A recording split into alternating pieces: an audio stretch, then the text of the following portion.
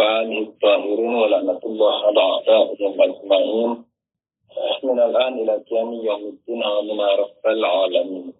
Hikmah yang ke-39.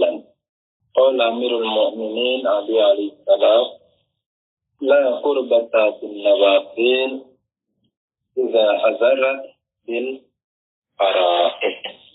Amirul Mu'minin, Imamul Muttaqin, Maulal Muwahhidin Ali alaihi salam bersabda bahwa tidak ada yang namanya mendekatkan diri kepada Allah dengan perantara amal-amal yang mustahab jika hal itu membuat kerugian atau jika hal itu merusak hal-hal yang wajib.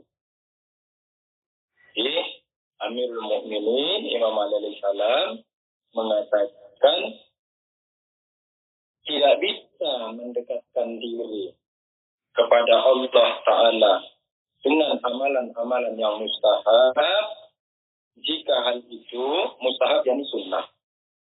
yakni tidak bisa mendekatkan diri kepada Allah Ta'ala dengan hal-hal yang sunnah dan mustahab jika hal itu merusak hal-hal yang wajib. Contohnya gimana misalnya? Contohnya ketika misalnya orang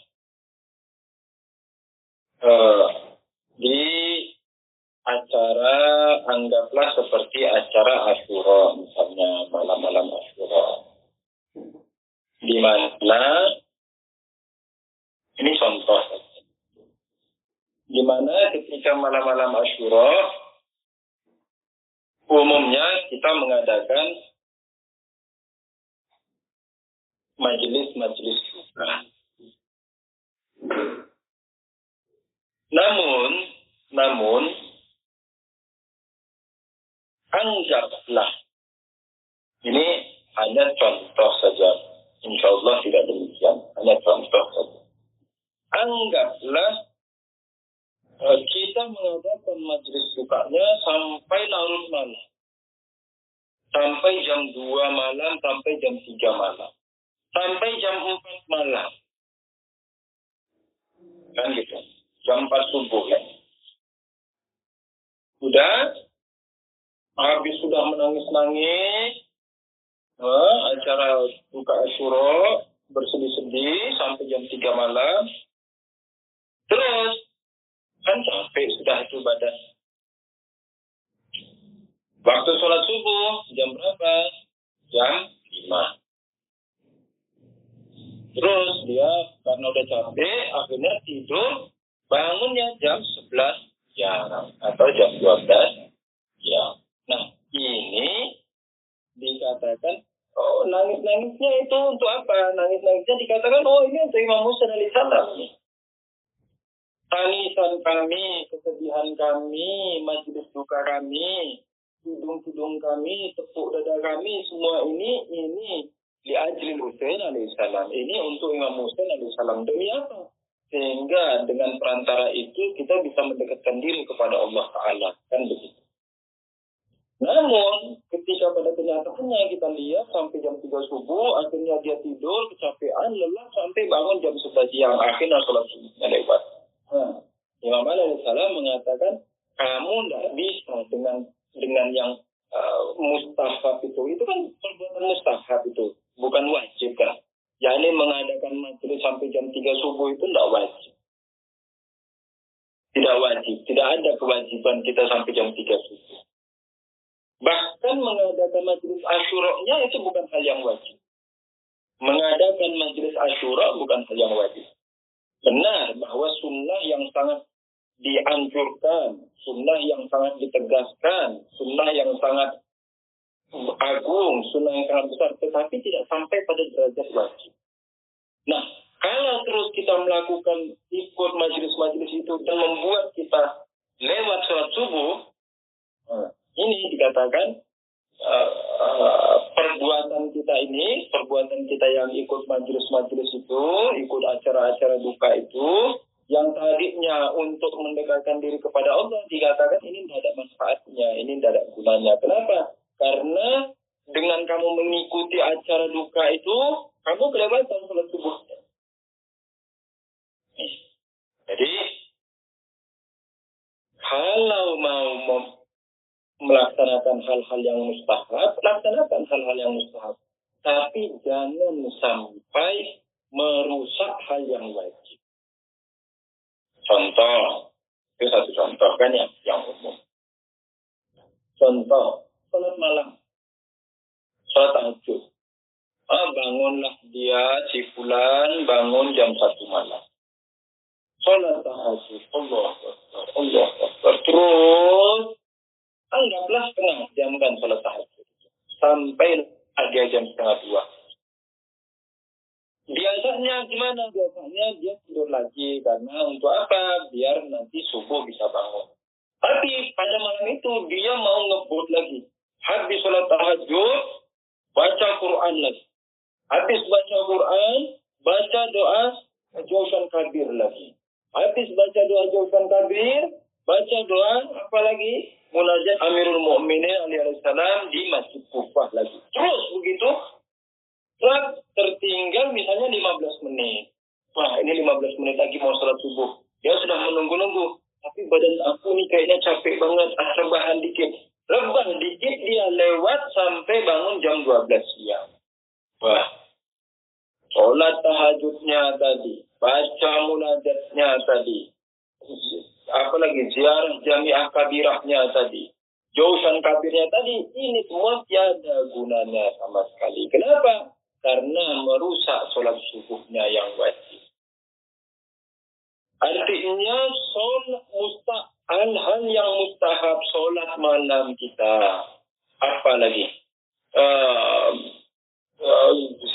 ziarah Asyura kita, ziarah Jamiah Kabirah kita, ziarah Imam Ridha alaihissalam kita, ziarah Ali Yasin kita, Kumailan kita, Jauhan Kabiran kita. Itu bagus jika tidak sampai merusak hal-hal yang wajib. Kapan merusak hal yang wajib? Ini tidak ada gunanya. Jadi hal-hal yang mustahab ini, hal-hal yang sunnah ini, kapan dia merusak hal yang wajib? Ini tidak ada gunanya. Ini tidak ada gunanya. Ini contoh kedua. Ini kita kasih contoh yang kehidupan sehari-hari ya. Biar lebih akrab dengan apa istilahnya, dengan makna dari hadis Amirul Mukminin. Jadi kita berusaha mengkaji Nahjul Balaghah ini, mengkaji perkataan Amirul Mukminin Imam Ali Al-Salam ini dalam perspektif kehidupan sehari-hari. Yani pasti setelah kita baca Nahjul Balaghah ini, terus apa gunanya di kehidupan sehari-hari? Nah, itu kita mesti bisa dapat apa istilahnya, poinnya atau nuktahnya atau titiknya, itu kita mesti bisa dapat. Jadi poin kemarin, misalnya minggu kemarin kita baca hadis dari Amirul Mukminin SAW tentang wasiatnya untuk putranya Imam Hasan alaihissalam. Terus apa poin yang kita dapat? Oh, ternyata poin yang kita dapat, yang pertama, kita tidak boleh ujub. Kenapa? Karena kapan kita ujub, nanti orang tidak mau dekat sama kita. Kita akan sendirian. Kan itu poin yang pertama. Minggu ini poinnya apa? Minggu ini poinnya jangan sampai perbuatan mustahab kita merusak hal-hal yang wajib. Tadi sudah kita kasih 2 contoh. Contoh pertama tadi apa? Contoh pertama kita ikut Asyuraan sampai kelewatan sholat subuh. Contoh kedua tadi sholat malam kita, kumailan kita biasa kan kalau di Indonesia itu baca 2 kumail itu paling besar setengah jam, tidak lebih kan. Anggaplah kalau mau lambat-lambat sekali, kalau mau pelan-pelan sekali, banter-banter juga sejam, tidak lebih. Anggaplah sama makan cemilannya, sama makan bakwannya, sama makan tawisnya, sama makan opornya, sama makan soto Medannya misalnya. Banter-banter juga sampai 1,5 jam, tidak lebih. Tapi setelah itu nanti terus istilahnya banyak lagi saling ngobrol, saling cerita, tetek bengelan istilahnya, curhat-curhat sampai dan lewat waktu. Jadi sampai kita jam 3 subuh, jam 4 subuh, akhirnya sholat subuh pun lewat. Silakan kalau mau hal-hal yang mustahab tuh, saling menegur sapa sama teman, saling istilahnya bertukar pikiran sama teman, itu hal yang mustahab kan, bagus kan. Tidak apa-apa, mau sampai jam 3 subuh, tidak apa-apa. Mau sampai jam 4 subuh, tidak apa-apa. Tapi jangan sampai merusak yang wajib. Yani jangan sampai merusak sholat subuh misalnya. Tuh, ini contoh. Contoh berikutnya ini masih yang gampang-gampang nih contoh-contohnya. Nah, kita pelan-pelan akan coba menarik dalam kehidupan yang lebih detail. Contoh berikutnya. Kita bekerja nih. Kita bekerja. Di mana kita memiliki kontrak yang kita harus laksanakan. Jadi misalnya masuk jam 7, pulang jam 4 sore misalnya gitu kan. Masuk jam 7 pagi, pulang jam 4 sore. Terus tiba-tiba misalnya tidak tiba-tiba, yakni suatu kali istilahnya di ICC misalnya atau di satu tempat mengadakan acara apa saja, acara wiladah atau acara syahadah atau acara Idul Qadir, Idul Adha, Idul Fitri, apa saja lah acara. Acaranya biasanya sampai selesai jam 9 malam lah. Umumnya kan jam 9, paling banter jam 10 malam. Tapi karena kita mau mustahab-mustahaban istilahnya, mau sunnah-sunnahan, akhirnya jumpa sama kawan, ngobrol sama teman dan sebagainya. Ini hal yang mustahab, bagus. Ngobrol sama teman, tanya kabar, apa kabar teman-teman itu bagus. Kita ini makhluk sosial, kita ini makhluk madaniyut tabak, yakni orang yang tidak bisa hidup sendiri. Kita orang yang harus hidup dalam berkelompok, kita orang yang harus hidup dalam komunitas, dalam sosial masyarakat. Tidak bisa hidup menyendiri. Makanya sangat bagus tanya kabar teman, jumpa teman-teman, silaturahim, bersilaturahmi, apa kabar. Nah, itu hal yang mustahab, bagus. Tapi kan umumnya setengah jam saja paling banter. Anggaplah kita mau lewatan, mau berlebih-lebihan sampai jam 4 subuh, sampai jam 5 subuh misalnya. Oke, sampai jam 4 subuh, jam 5 subuh, habis itu sholat subuh. Sholat subuhnya aman nih, kan ya? Sholat subuhnya aman. Wah, Yusuf, kamu sholat subuh aman. Saya melaksanakan yang mustahab, tapi sholat subuh saya aman. Oh iya, enggak apa-apa. Terus kita tanya, besoknya terus gimana? Iya, tapi besoknya saya enggak masuk kerja. Hati-hati. Sholat subuhmu aman, tapi kerjamu kamu rusak. Itu juga wajib. Kenapa? Karena kamu memiliki perjanjian dengan perusahaan itu, di mana kamu harus masuk jam 7. Dan karena kamu asik ngobrol sampai jam 4 subuh, akhirnya kamu tidak masuk kerja. Nah ini ya, kamu merusak yang wajib. Kamu merusak yang wajib. Jadi yang wajib itu bukan hanya sholat saja. Jangan dikira hanya sholat saja, hanya puasa saja. Oke? Ini contoh. Contoh berikutnya. Dermawan. Maksudnya gimana? Yakni kalau ada orang datang ngasih. Kalau ada orang minta butuh bantuan ngasih. Ini hal yang bagus. Anda tak pernah larang hal yang begini. Ini hal yang bagus. Dermawan hal yang bagus. Tetapi tidak boleh ifrat tafrih. Yakni tidak boleh pelit dan tidak boleh berlebihan. Di pembahasan hadis yang sebelum-sebelumnya kita sudah menyampaikan bahwa silakan kamu menjadi orang yang perhitungan tapi jangan pelit. Dan silakan kamu jadi orang yang dermawan tapi jangan berlebihan. Nah, terkadang ketika dia berlebihan, dapat uang, sumbang-sumbang, dapat uang, kasih-kasih, dapat uang, bagi-bagi. Hal yang bagus, mustahab dan bagus. Tapi kalau hal ini, yang dapat uang, kasih-kasih, dapat uang, bagi-bagi, dapat uang, makan-makan, ngajak teman, biar tetangganya, ikhwan-ikhwannya juga senang, ini hal yang bagus. Tetapi jika hal ini sampai membuat keluarga tidak ternafkahi, kamu merusak yang wajib. Kenapa? Karena menafkahi keluarga itu wajib. Menafkahi, bukan menimbun ya Anda. Menafkahi. Menafkahi yang gimana? Yani hari ini istrimu makan atau tidak? Hari ini anakmu makan atau tidak? Satu. Terus yang termasuk nafkah apa?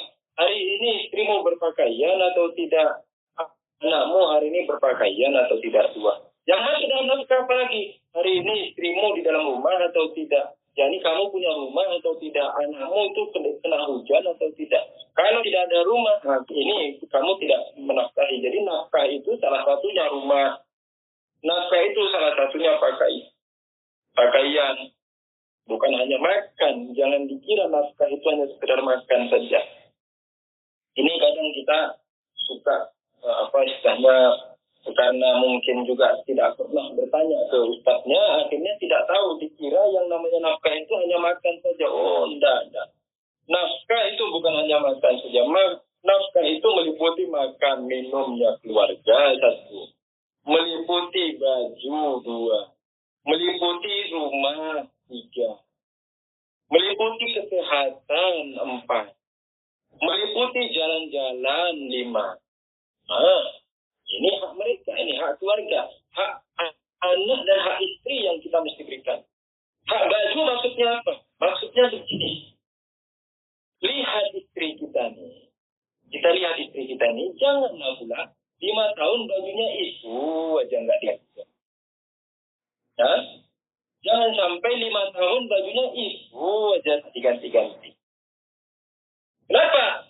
Ya, karena Yusufnya tidak pernah. Karena Yusufnya tidak pernah beliin baju misalnya.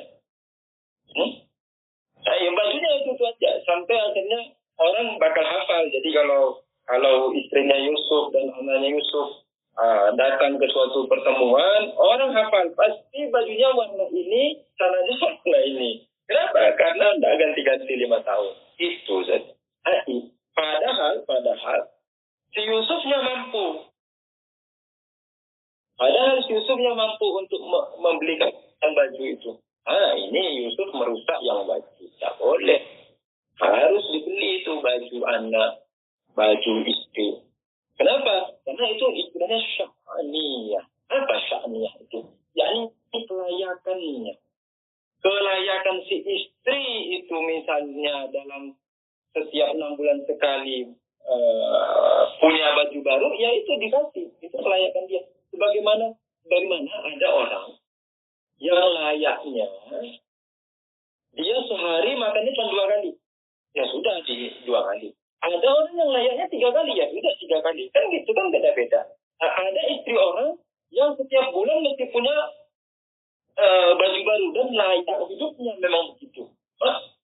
Mesti diturutin itu. Itu nafkahnya, kewajiban kita. Bukan mubazir, enggak. Kenapa? Karena kelayakan dia. Jadi suami manajer. Perempuan ini juga dari anak orang kaya. Dan memang sejak dulu kehidupannya begitu. Yani sebulan sekali dia ganti baju. Tapi baju yang lama nanti dia sedekahkan ke orang lain. Tidak terus jadi kempel. Enggak. Baju yang lama disedekahkan ke orang lain. Dia beli baju baru. Dan memang kehidupannya begini. Dan suaminya mampu untuk melakukan hal ini.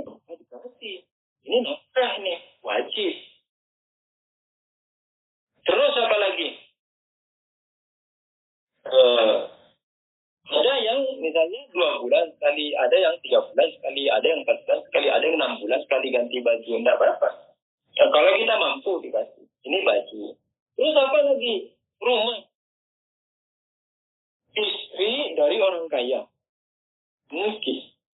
Yusufnya nyari istri dari orang kaya. Di mana kelayakan hidup si perempuan ini, semestinya dia hidup di rumah yang makan. Bukan rumah dari gedek, enggak. Bukan rumah yang dari gedek, enggak. Nah, si Yusufnya mampu untuk menyediakan rumah itu. Tapi si Yusufnya nyari rumah yang dari gedek. Yang dia bisa menyediakan rumah mapan, Tapi istrinya dikasih tinggal di rumah gendek tadi, bilik bambu atau bilik papan tadi. Ini tidak benar. Ini kita tidak memberi nafkahnya. Ini. Kemudian apa lagi? Kesehatan. Kesehatan, yakni uang jaminan kesehatan istilahnya. Kalau di Indonesia kan sudah ada jam sostek itu. Itu harus disisihin itu. Disisihin untuk setahun berapa kira-kira kebutuhan kesehatan kita. Anggaplah 2 juta. 2 juta itu disisihin untuk kesehatan setahun. Nanti kalau tidak terpakai, baru dihumusin. Itu. Terus apa lagi? Jalan-jalan. Refreshing istilahnya kita. Tamasya. Tamasya itu dari bahasa Arab. Tamasya yakni melihat-lihat. Dari bahasa tamasya. Sebenarnya dari kata masyun, yakni jalan-jalan. Jalan-jalan, masyun, jalan-jalan. Tamasya yakni berjalan-jalan, ya. Tapi berjalan-jalannya sambil melihat-lihat. Maksudnya apa? Maksudnya refreshing. Jadi refreshing sebulan sekali misalnya, atau 2 bulan sekali, 3 bulan sekali refreshing. Kemana? Kalau misalnya ke Jakarta, ya ke kebun binatang, menunjukin anak-anak, ini binatang fulan, ini binatang fulan. Terus kemana lagi? Ke tempat-tempat yang bermanfaat, ya. Ke tempat-tempat yang bermanfaat, ke tempat-tempat yang ada unsur pendidikan, misalnya ke Taman Mini Indonesia Indah itu tunjukin inilah rumah adat Papua, inilah rumah adat Sumatera Barat, inilah rumah adat Solo. Jadi anak-anak tahu, ini rumah adatnya begini, pakaian adatnya begini. Bukan pula refreshing kita kemana? Refreshing ke mana misalnya ke tempat yang tidak bermanfaat. Itu percuma, itu tidak bermanfaat, tidak baik. Maksud saya, ini jangan sampai hal-hal yang mustahab, nyumbang bagus, ini hal yang bagus. Bukan tercela, ini hal yang bagus. Tapi kalau sampai merusak yang wajib, ini tidak benar. Dikatakan Amirul Mukminin Muhammad SAW mengatakan la qurbata nawafil idza azarna bil farad. Jadi tidak ada itu kedekatan kepada Allah dengan perbuatan-perbuatan yang mustahab jika sampai merusak hal-hal yang wajib. Nah, ini